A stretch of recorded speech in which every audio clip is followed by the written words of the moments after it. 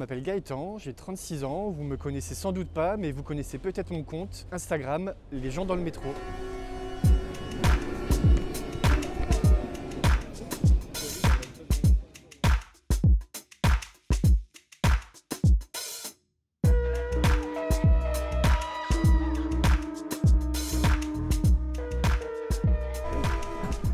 Alors du coup, moi j'ai eu l'idée du compte en 2016, c'était en prenant une photo, parce que je m'amusais tout le temps à regarder un peu les gens dans le métro, à imaginer leur vie, imaginer qui était qui. Et à un moment donné, je sais plus, j'avais un peu le regard perdu et il y avait deux mecs assis l'un à côté de l'autre qui visiblement se connaissaient pas.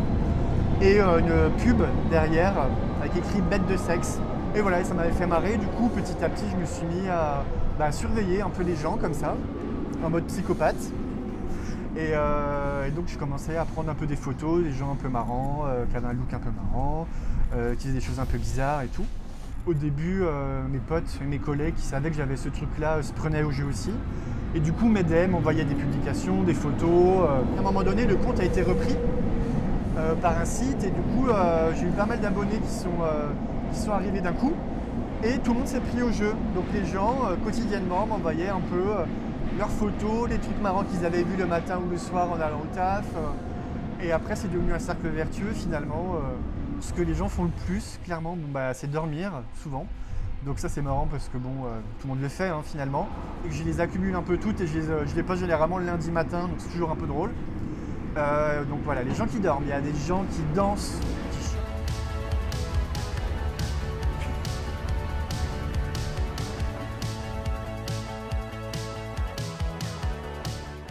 Il y en a qui chantent aussi beaucoup, qui ne savent pas qu'ils sont en train de chanter. De l'ombre à la lumière, mais je la joue cool.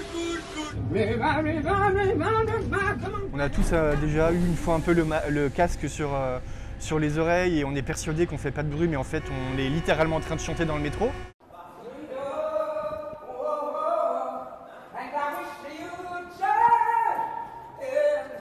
Il y a beaucoup de les gens qui trimballent leurs animaux dans le métro.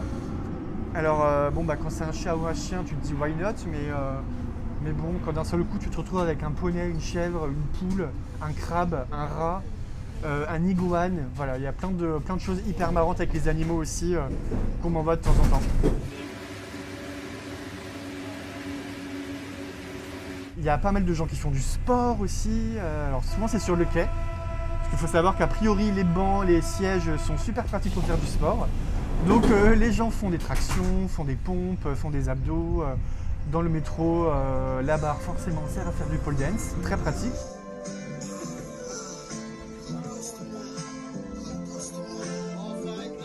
En fait, le métro, souvent, j'ai l'impression que c'est un prolongement de la vie des gens. Enfin, ils étaient chez eux, 10 minutes après, ils se mettent en route pour aller je ne sais où, ils prennent le métro. Mais dans leur tête, ils sont encore chez eux.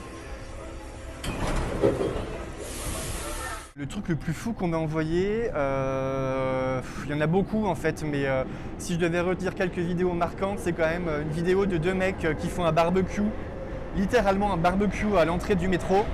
Donc ils ont vraiment la grille, le feu, les merguez, la sauce. Récemment aussi, j'ai posté une vidéo de gens qui font une pâte à crêpes dans le métro, mais vraiment. Avec le saladier, le vermesureur, un qui verse le lait, l'autre qui a le fouet. Improbable. Il y a une autre vidéo aussi qui avait vachement plu aux gens, c'était une nana visiblement très énervée contre son mec qui s'appelait Daniel. Je te jure, après mon travail, j'arrive chez toi, je te démolis. Je vais te démolir, Daniel, je te jure sur la tête de ma mère. À ce soir, la nuit. Et souvent les gens me redemandent, mais comment va Daniel ? Et ce que je trouve marrant, moi, c'est que finalement, c'est très parisien finalement, mais moi je viens de Bourgogne, je suis pas du tout parisien à la base. Je suis arrivé à Paris à 10 ans pour le taf.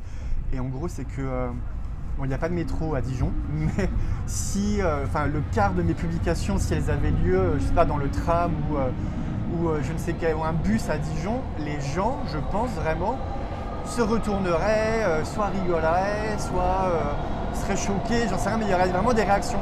Et moi, ce qui m'a marqué très vite, c'est que finalement, des fois, il peut se passer un truc totalement improbable. Là, genre sur le siège d'à côté, les gens resteront stoïques.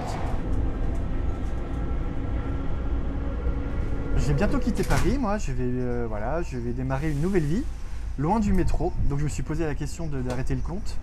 Mais bon, en vrai, j'ai pas envie. Donc je vais continuer à alimenter le compte. Du coup, ça reposera entièrement sur ce que m'envoient les gens. Donc voilà, les publications, ce sera vraiment des photos, des vidéos que les gens m'enverront et continueront à m'envoyer, j'espère, pour que le compte continue à vivre le plus longtemps possible.